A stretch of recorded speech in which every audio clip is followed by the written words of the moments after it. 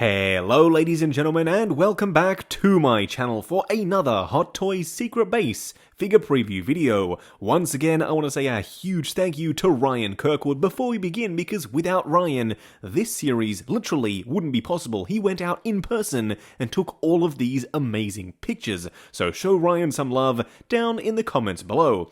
Also, if you are looking to pre-order your very own Assault Tank Commander, then he is going up right now with toyswonderland.com. Link for that is, of course, in the description below.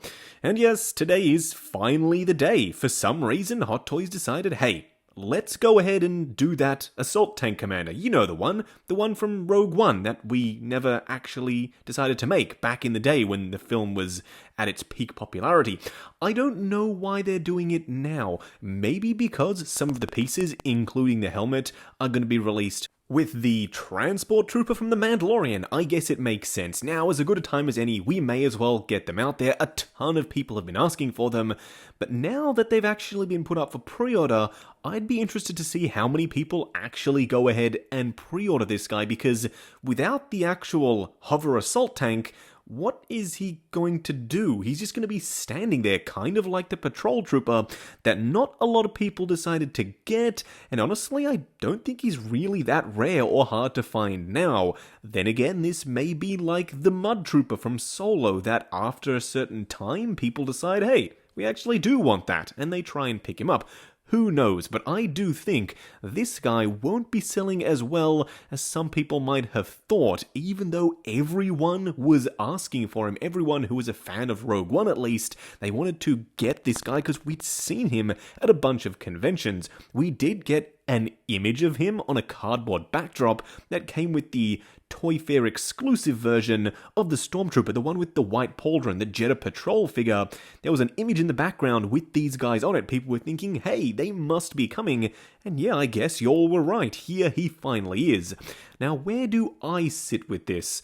Honestly, I'm not entirely sure. As I said, he's a tank trooper driver without a tank. Maybe Jazz Inc. sometime down the line will release the tank, but that thing will be absolutely huge. And you'll probably need at least two of these guys, one to drive it and then one to be the gunner. As for the design, I really like it. It's very similar to the Shore Trooper, except it's white, so it's even more classic. It does have that really angular helmet, which you'll see in just a second, but the weathering looks fantastic, at least on this prototype here.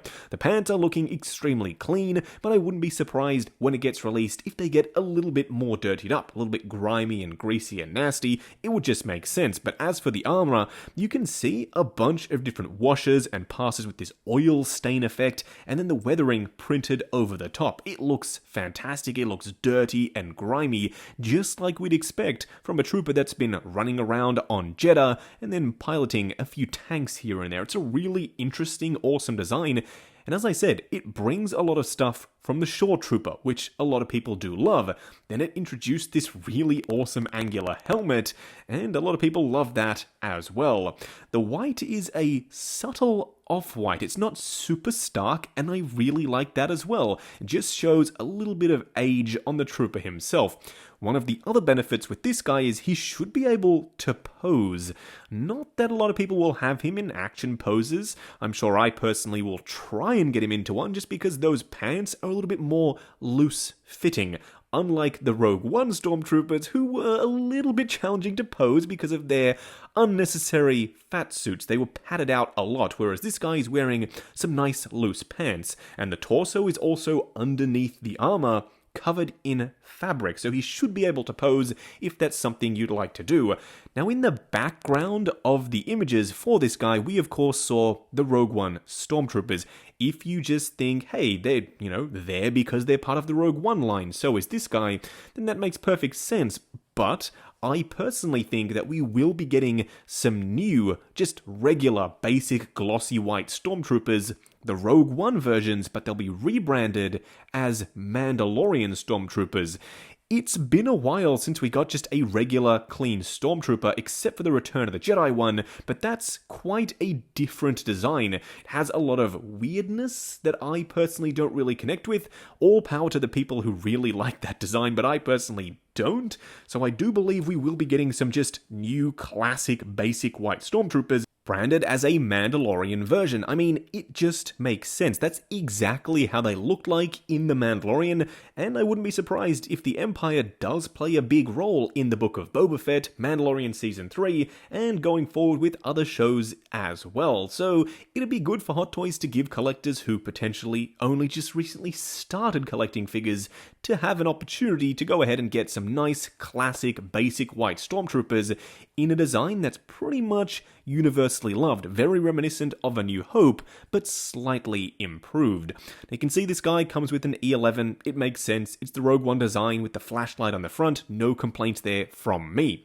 Now here we have the helmet, it's a really stunning, very striking design, the blast shield up on top, and these big honkin' mandibles that come down the front.